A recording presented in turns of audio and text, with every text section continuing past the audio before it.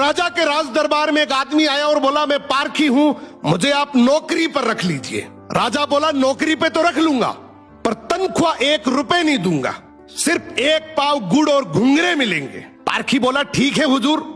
कुछ ही दिन बाद राजा एक घोड़ा खरीद कर लाए। उन्होंने पारखी से पूछा, बताओ इस घोड़े के बारे में क्या कहते हो। पारखी बोला, हुजूर ये घोड़ा है ही नहीं, ये तो गाय है। राजा चौंक गए।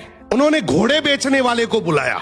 उसने कहा, साहब बात तो सही है तो घोड़ा ही, लेकिन बचपन में ही इसकी मां मर गई थी, इसे गाय का दूध पिलाया गया था, इसलिए इसकी आदतें गाय जैसी है। राजा ने हैरानी से पारखी से पूछा, तुम्हें ये सब कैसे पता चला। पारखी बोला, हुजूर जब ये चल रहा था तो नीचे मुंह झुकाकर घास खा रहा था, घोड़ा हमेशा ऊपर गर्दन उठाकर खाता है, मैंने इसकी आदतों से पहचाना।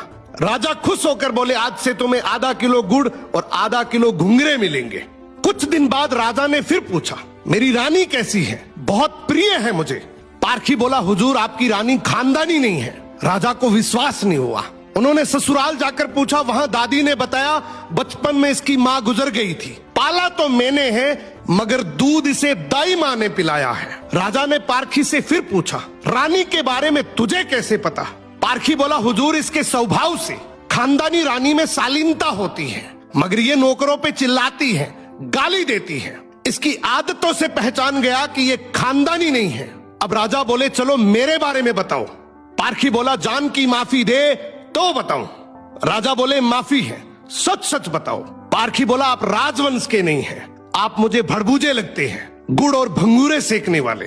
राजा घबरा गए।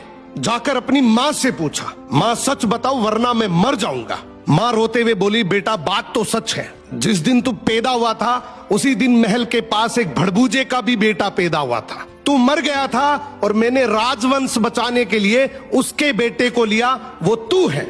राजा ये सुनकर दुखी भी हुए और खुश भी हुए। इंसान की पहचान उसके चेहरे, कपड़े या खानदान से नहीं होती, उसके चरित्र से होती है। किसी को भी केवल उसकी शकल, सूरत, पद या घर देखकर मत परखो, उसकी आदतें, उसका व्यवहार ही उसका असली परिचय है।